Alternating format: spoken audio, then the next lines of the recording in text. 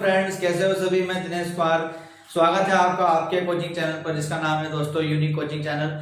Friends, आज का जो हमारा सोइल मैकेनिक्स इंजीनियरिंग का टॉपिक है, जो प्रीवियस लेक्चर में हमने सोइल स्ट्रक्चर और सोइल क्लासिफिकेशन ए लाइन और यू लाइन इक्वेशन के बेस पर किया था, तो उसमें जो सोइल स्ट्रक्चर हमने पढ़ा था फ्रेंड्स, उसी से रिलेटेड आज का हमारा टॉपिक रहने वाला है। ठीक है, तो सोइल स्ट्रक्चर का ही एक सेकंड पार्ट है, ये पार्ट 2 को हम लेकर आए हैं आपके लिए। इसमें फ्रेंड्स हमारा जो टॉपिक है क्ले मिनरल्स, कुछ क्ले मिनरल्स हमारे पास होते हैं जिनसे मैंने देखा है कि एग्जाम में क्वेश्चंस बन रहे हैं, तो मैंने सोचा कि उसी टॉपिक को ना कवर कराया जाए आपको। ठीक है, तो यहाँ से इंपॉर्टेंट क्वेश्चंस, क्ले मिनरल्स के इंपॉर्टेंट क्वेश्चंस बनते हैं। उनका नाम तक आप जानते हो, बट वो किस फॉर्म में रहते हैं, कैसे अपनी फॉर्म को चेंज करते रहते हैं, ये आप लोगों को नहीं मालूम है। ठीक है, तो उसको कैसे समझा जाए, आज का ये टॉपिक हमारा उसी पर आधारित है पूरा का। ठीक है फ्रेंड्स, तो शुरू करते हैं। हमारा जो टॉपिक है various clay minerals, clay minerals, clay के कण जो विभिन्न प्रकार के पाए जाते हैं वह कौन कौन से होते हैं।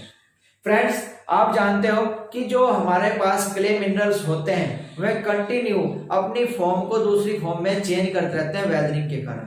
वेदरिंग के कारण उनकी फॉर्म में परिवर्तन होता रहता है, कंटिन्यूसली एक परिवर्तन चलता रहता है। तो ये परिवर्तन फ्रेंड्स किस रूप में हो रहा है ये हमको देखना है। ठीक है फ्रेंड्स, ये किस रूप में परिवर्तन होता है आज के लेक्चर में हमें केवल यही पढ़ना है। ठीक है, फिर कल से नेक्स्ट जो टॉपिक आपका स्टार्ट होगा कॉम्पैक्शन। कॉम्पैक्शन हम न्यू टॉपिक स्टार्ट करने वाले हैं। क्लियर फ्रेंड्स, तो शुरू करते हैं वेरियस क्ले मिनरल्स। तो आपको याद रखना है कि जो क्ले मिनरल्स होते हैं, clay minerals continuously change, clay minerals continuously change होते रहते हैं। ठीक है, आपको याद रखना कि क्ले के जो कण हैं लगातार चेंज होते रहते हैं वेदरिंग के कारण, एक फॉर्म से दूसरी फॉर्म में कंटिन्यूसली चेंज फ्रॉम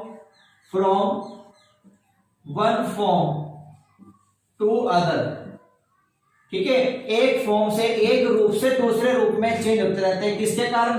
वेदरिंग के कारण, ड्यू टू वेदरिंग, वेदर मौसम परिवर्तन के कारण क्ले मिनरल्स चेंज होते रहते हैं। ठीक है, तो वे कौन से क्ले मिनरल्स है जो कंटिन्यूसली चेंज होते रहते हैं, उनको देखते हैं। फर्स्ट आपके पास क्ले मिनरल्स आता है फ्रेंड्स, मोस्ट इंपोर्टेंट नाम आप सुन चुके हो, क्यूरोनाइट।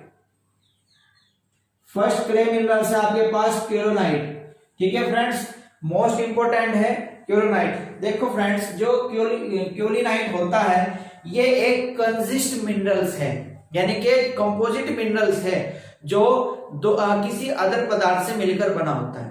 क्यूरोनाइट एक कंजिस्ट बाय आपका consist by 1 silica sheet and 1 aluminium sheet. ये सिलिका शीट और एल्यूमिनियम शीट से मिलकर बना होता है। ठीक है फ्रेंड्स, ये आपका जो क्यूरोनाइट है सिलिका शीट और एल्यूमिनियम शीट से मिलकर बना होता है। एल्यूमिनियम शीट्स को फ्रेंड एक नाम और देते हैं गिब्साइट। याद रखोगे, एल्यूमिनियम को हम गिब्साइट के रूप में भी कहते हैं। तो हम ये कह सकते हैं कि जो आपके पास क्यूरोनाइट है ये 1:1 की फॉर्म में पाया जाता है। ऐसे पूछा जाता है, ये रेशो एग्जाम पूछे गए हैं कि क्यूरोनाइट का रेशो बताइए, 1:1। इस 1:1 का मतलब क्या है? यहाँ पे जो ये 1 है ये सिंगल सीट ऑफ सिलिका कहलाता है। सिंगल सीट ऑफ सिलिका यानी सिलिका की एक सीट, और जो नेक्स्ट है ये कहलाएगा सिंगल सीट ऑफ गिब्साइट। ठीक है फ्रेंड, ये क्लियर। तो याद रखोगे क्यूरोनाइट जो आपको जिस रेशो मिलता है उसको 1:1 कहा जाता है, और ये आपका एक इस प्रकार का पदार्थ है फ्रेंड, इस प्रकार का एक क्ले मिनरल्स है जो हाइड्रोजन बॉन्ड के कारण बंधा होता है आपस में। यानी कि क्यूरोनाइट के पार्टिकल जो आपस में चिपके हुए होते हैं वह चिपके हुए होते हैं हाइड्रोजन बॉन्ड के कारण। हाइड्रोजन बॉन्ड एक इस प्रकार का बॉन्ड होता है फ्रेंड्स। ठीक है, एक इस प्रकार का फ्रेंड्स होता है जिसके कारण वाटर इस मिनरल्स के अंदर एंटर नहीं कर पाता। ठीक है, हाइड्रोजन बॉन्ड जो होता है, याद रखना आपको, वैसे भी याद रख सकते हो कि hydrogen bond very strong bond होता है, बहुत ही एक अच्छा मजबूत बॉन्ड होता है, जिसके कारण वाटर इन मिनरल्स के अंदर एंटर नहीं कर पाता है। ठीक है, तो ये आपको याद रखना है। तो उसके कुछ बेसिक पॉइंट्स है फ्रेंड्स जो कि हमें नोट करने हैं। ठीक है, तो लिख सकते हो इसमें आप कि kaolinite single sheet of gibbsite and single sheet of silica से मिलकर बना होता है। इसको आप लिख सकते हो kaolinite consist by single sheet of gibbsite and single sheet of silica. Clear? तो इसको हम डेफिनेशन में लिखेंगे केओलोनाइट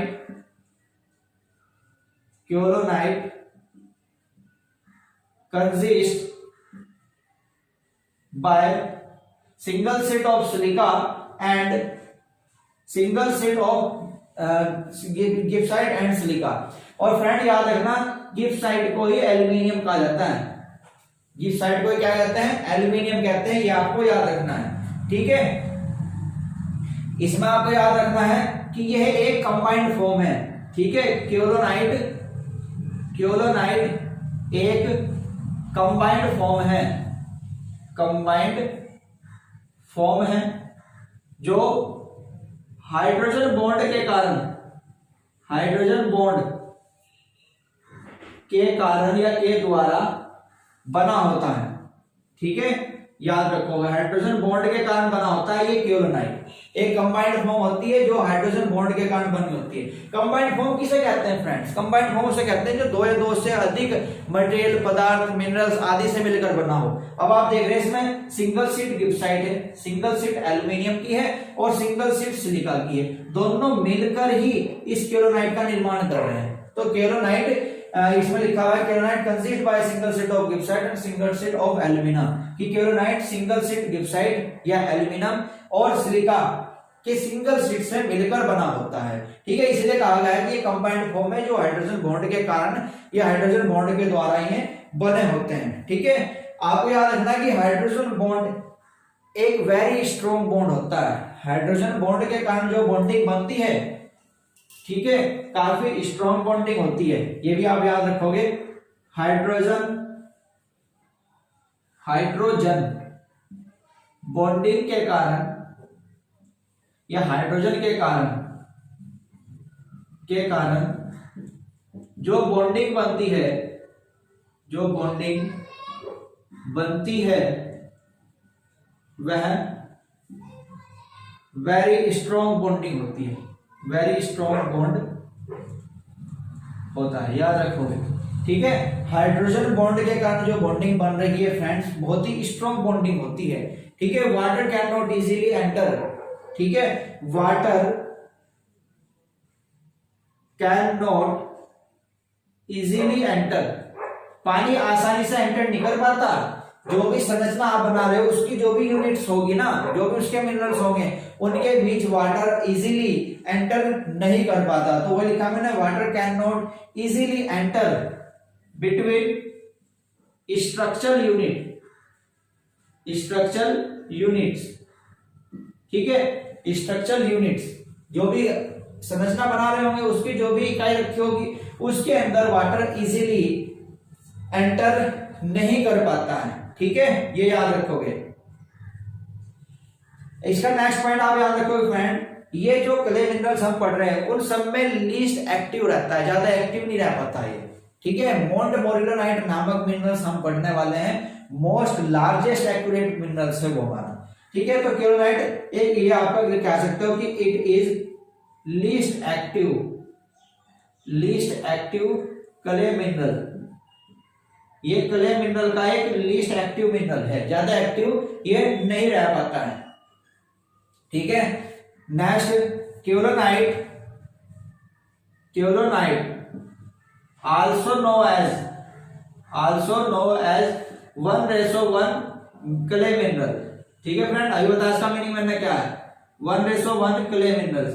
ये कह रहा है कि केओलोनाइट को 1:1 क्ले मिनरल्स भी कहा जाता है। इसे 1:1 क्ले मिनरल्स भी कहते हैं। 1 का मतलब क्या है, single sheet of gibbsite and single sheet of silica. ठीक है, क्लियर फ्रेंड? तो याद रखोगे ये 1:1 भी इसको कहा गया है, 1:1। Clear friends? ठीक है, नेक्स्ट ये जो केलोनाइट होता है ये कॉमनली आपका जो रेसिडुअल सोइल होती है एंड सेडिमेंट्री रॉक्स जो होती है उनमें ज्यादातर पाया जाता है। ठीक है, इसका जो यूज है फ्रेंड सेडिमेंट्री रॉक्स और रेसिडुअल सोइल में ज्यादा किया जाता है। तो it is commonly found in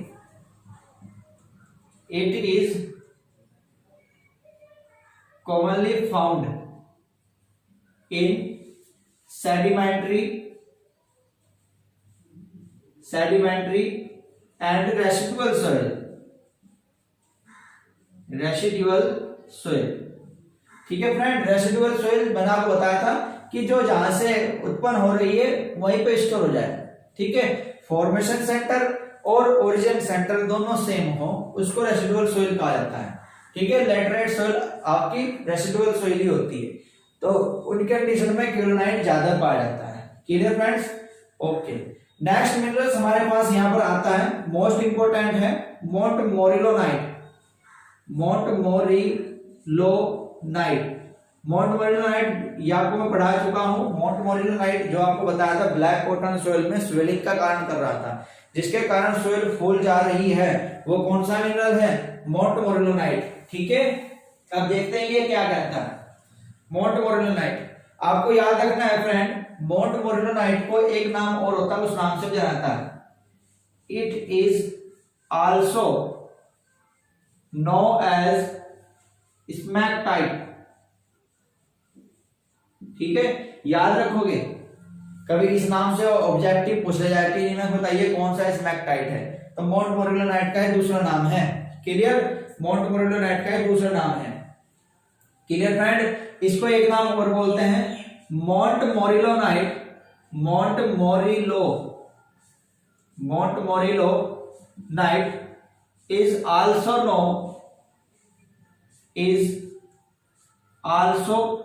known as 2:1 clay mineral. इसको 2:1 क्ले मिनरल्स के नाम से भी जाना जाता है। अब आप समझ गए होंगे कि 2:1 क्या है, जैसे यहां पे पढ़ा था। ठीक है फ्रेंड, तो 2 तो होता है यहां पर डबल सीट ऑफ सिलिका। ठीक है friend, double seat of silica, यानी कि सिलिका की डबल सीट यहां पर होती है, and one single seat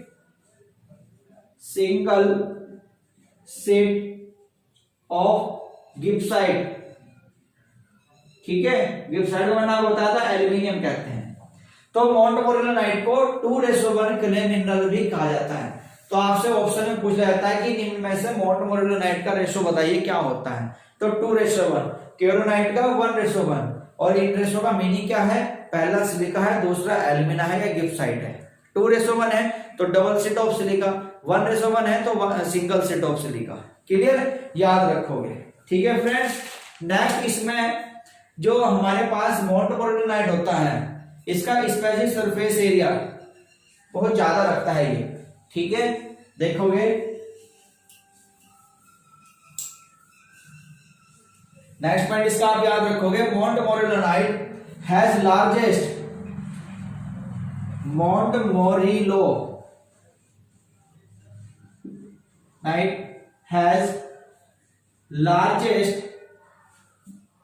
specific surface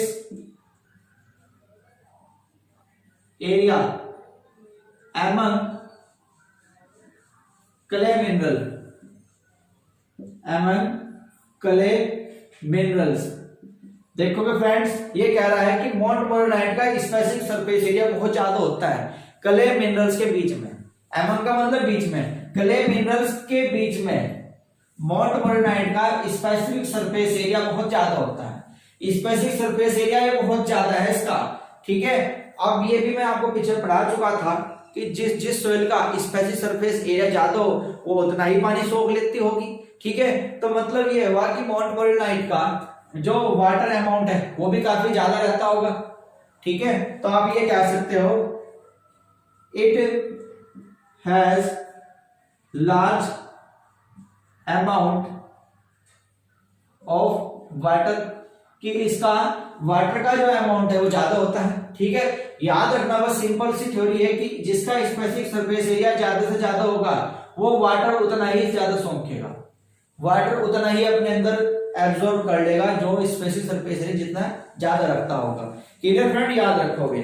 आपको बता रखा है कि जो मोंटमोरिलोनाइट क्ले है ये बेंटोनाइट के नाम से जाना जाता है। बेंटोनाइट एक सोइल है, पढ़ाई थी आपको, उसमें भी मैंने आपको बताया था क्ले मिनरल्स की एक्सिस होती है, अधिकता पाई जाती है। तो bentonite is a montmorillonite clay mineral, याद रख सकते हो आप।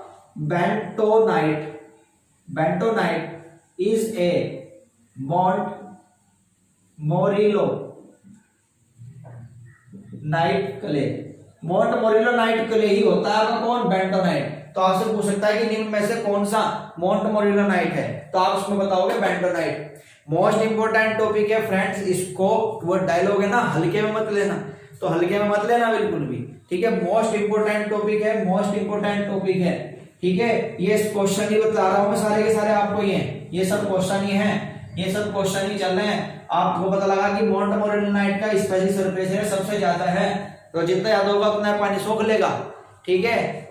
इसलिए इसमें एक्सिस ये ज्यादा से ज्यादा पानी रखता होगा, तो ये क्या करेगा, सैंड के स्वेलिंग कर देगा, यानी कि सैंड के वॉल्यूम को बढ़ा देगा। इसीलिए ब्लैक कॉटन सॉइल के अंदर इसको पाया जाता है, क्योंकि वो क्या करती है, ब्लैक कॉटन सॉइल क्या होती है, फूलने का गुण रखती है, स्वेलिंग का गुण रखती है, फूल जाती है। वो तो फूल लेगी जब वो नमी के कांटेक्ट में आएगी। सॉरी, ठीक है। तो नेक्स्ट पॉइंट देखते हैं इसका। तो मैंने आपको बार बार बता रहा हूं कि ब्लैक कॉटन सॉइल के अंदर फाइंड क्या आता है। तो नेक्स्ट पॉइंट इसका आप याद रख सकते हो कि मोंटमोरिलोनाइट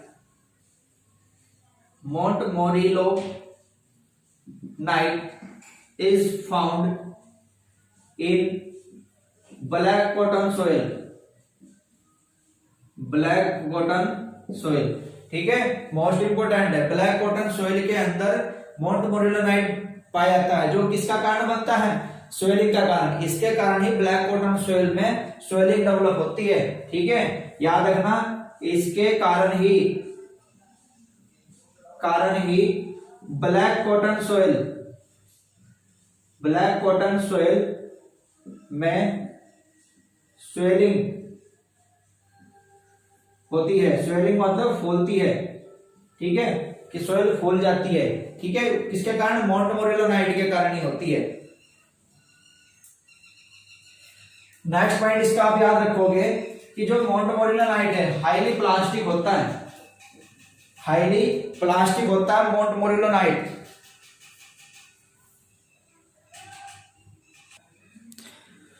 तो नेक्स्ट फ्रेंड देखोगे, मैं नेक्स्ट पॉइंट आपको कह रहा हूं कि मोंटमोरिलोनाइट हाईली प्लास्टिक होता है। मोंटमोरिलोनाइट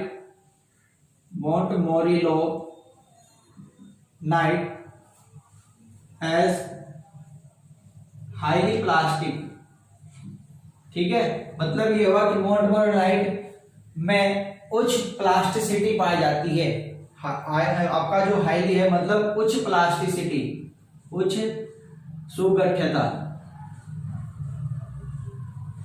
ठीक है फ्रेंड। हाई सुगठ्यता वाला होता है मोंटमोरिलोनाइट, और इसके अंदर जो आंतरिक फ्रिक्शन है बहुत ही कम होता है, ठीक है। मोंटमोरिलोनाइट में जो इंटरनल फ्रिक्शन है बहुत ही स्मॉल कैटेगरी का होता है, हैज लिटिल इंटरनल फ्रिक्शन, ठीक है।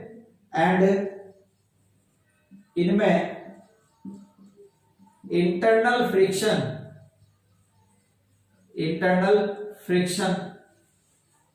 वेरी स्मॉल होता है, ठीक है। इंग्लिश में आप इसको लिख सकते हो has little internal friction, has little internal friction. इनके अंदर जो आंतरिक घर्षण हो रहा है वो बहुत ही कम है, यही कारण बनता है स्वेलिंग करने का, ठीक है। It has largest swelling capacity, इनकी जो स्वेलिंग कैपेसिटी है लार्जेस्ट होती है, याद रखना। इट हैज लार्जेस्ट या एक्सेसिव स्वेलिंग कैपेसिटी, एक्सेसिव का मतलब होता है अधिकता, ठीक है। इनके अंदर स्वेलिंग करने की कैपेसिटी जो होती है, गुण जो होता है बहुत अधिक पाया जाता है, ठीक है फ्रेंड्स। तो ये था मोंटमोरिलोनाइट टॉपिक आपका।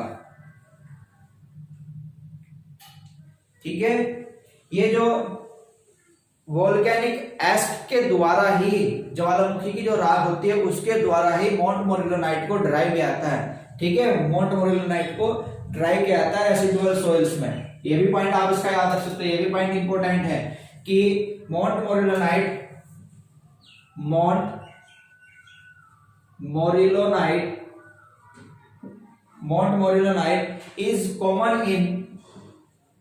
is common in residual soils from volcanic ash। ये कह रहा है कि ज्वालामुखी की राख, क्या मतलब है, ज्वालामुखी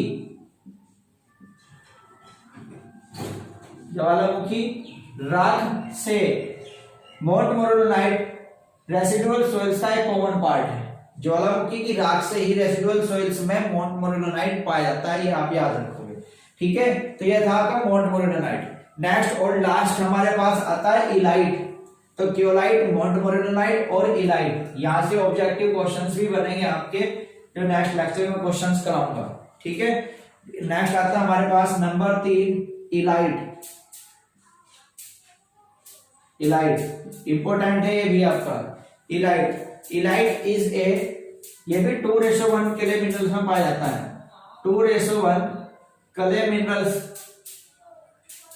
कहा जाता है इसको भी, 2:1 क्ले मिनरल्स इसको भी कहा जाता है।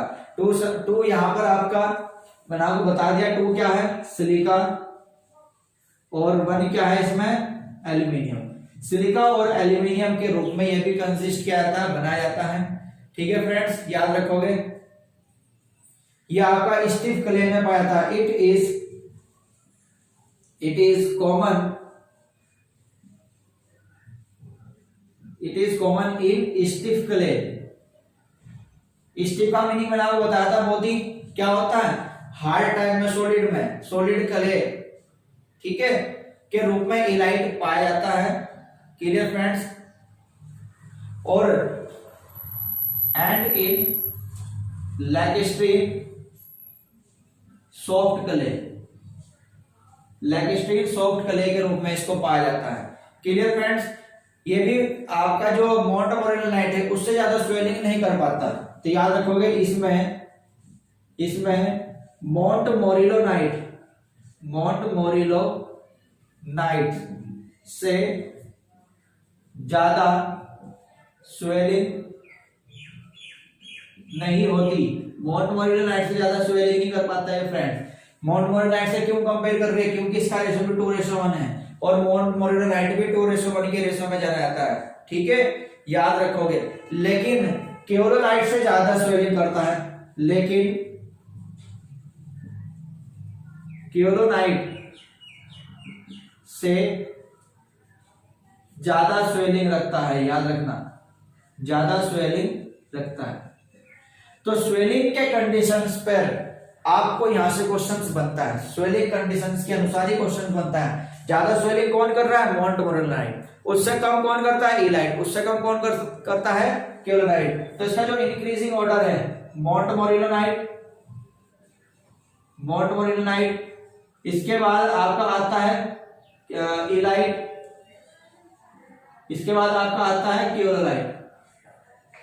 ये एक इंक्रीजिंग सीक्वेंस है किसका, स्वेलिंग का। ठीक है, स्वेलिंग इंक्रीजिंग सीक्वेंस लिखा हुआ है, ये क्वेश्चंस कराऊंगा तब देखना है। ठीक है फ्रेंड्स, तो ये था हमारा क्ले मिनरल्स। अब एक टॉपिक और है, यहीं पर हमारा देखते हैं। नेक्स्ट है फ्रेंड हमारे पास यहाँ पर केसन एक्सचेंज कैपेसिटी। ये आपसे डेफिनेशंस के रूप में पुटअप की जा सकती है। केसन एक्सचेंज कैपेसिटी क्या होती है, CEC शॉर्ट में लिखते हैं। ये कह रहा है कि क्ले पार्टिकल की वह एबिलिटी है, क्ले पार्टिकल का वह गुण है जो अपनी सरफेस या किनारों से आयंस को एब्जॉर्ब करते हैं। ठीक है, अपनी सरफेस या अपने किनारों से, ठीक है, कोई भी स्ट्रक्चर हो जो अपनी सरफेस या किनारों से आयन को आपका एब्जॉर्ब करते रहते हैं, उसको केसन एक्सचेंज कैपेसिटी कहा जाता है।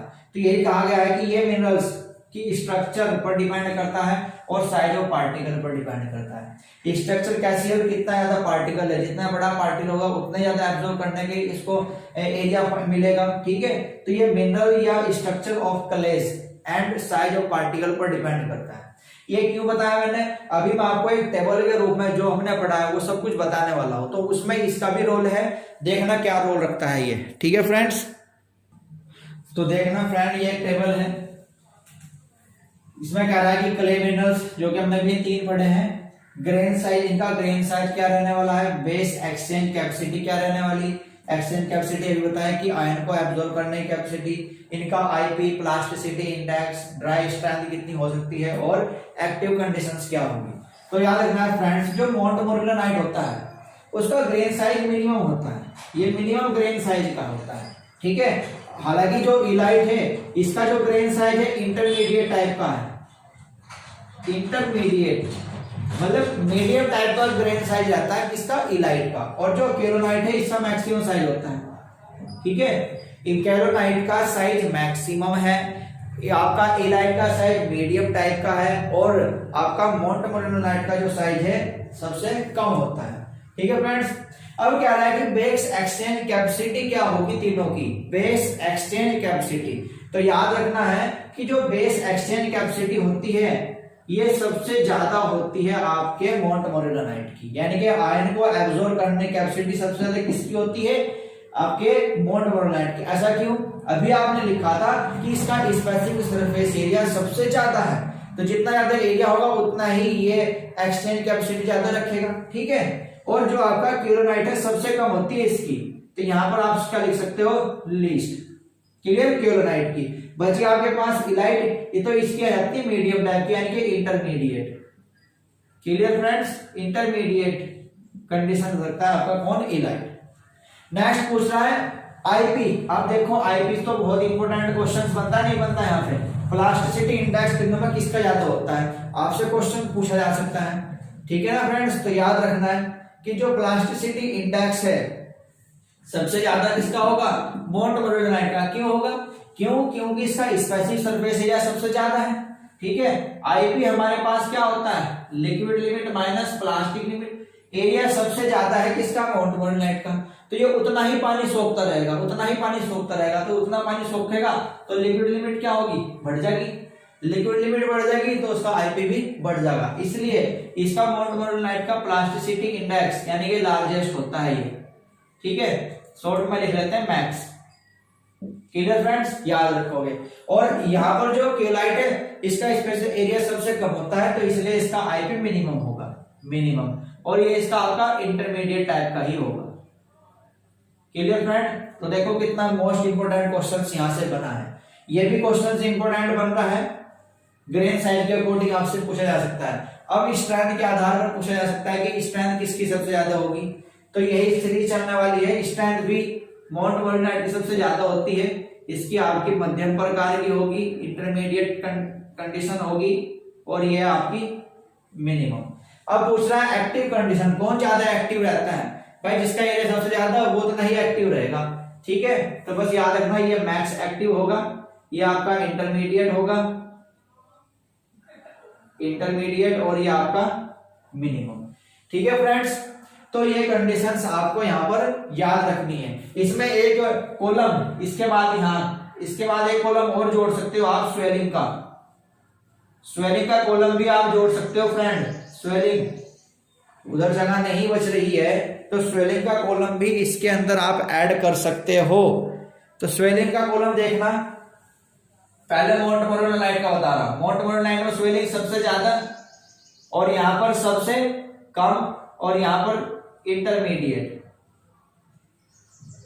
ठीक है, ये आपका मोंटमोरियलानाइट है, मोंटमोरियलानाइट, ये आपका इलाइट है, और फ्रेंड्स ये आपका केरोनाइट है। तो ये था आज का आपका टॉपिक फ्रेंड्स, आई होप कि आपके समझ में आया होगा। और फ्रेंड्स मोस्ट इंपोर्टेंट टॉपिक है, हल्के में मत लेना इसको भी, आपको भी यहां से देखो कितने इंपोर्टेंट क्वेश्चन बनेंगे। प्लास्टिसिटी इंडेक्स किसका ज्यादा होता है तीनों में से, ग्रेन साइज किसका ज्यादा होता है, और स्वेलिंग का गुण किसके अंदर ज्यादा पाया जाता है। ठीक है, बाकी इनके रेशो मैं आपको पढ़ा चुका हूं फ्रेंड्स। क्लियर, तो नेक्स्ट टॉपिक मिलते हैं नेक्स्ट वीडियो के साथ। कॉम्पैक्शन ऑफ सॉइल को कैसे करते हैं ये नेक्स्ट वीडियो में पढ़ेंगे। तो ठीक है फ्रेंड्स, तो ज्यादा से ज्यादा चैनल को सब्सक्राइब करें, शेयर करें और लाइक करें। ठीक है फ्रेंड्स, तो मिलते हैं नेक्स्ट वीडियो के साथ। बाय।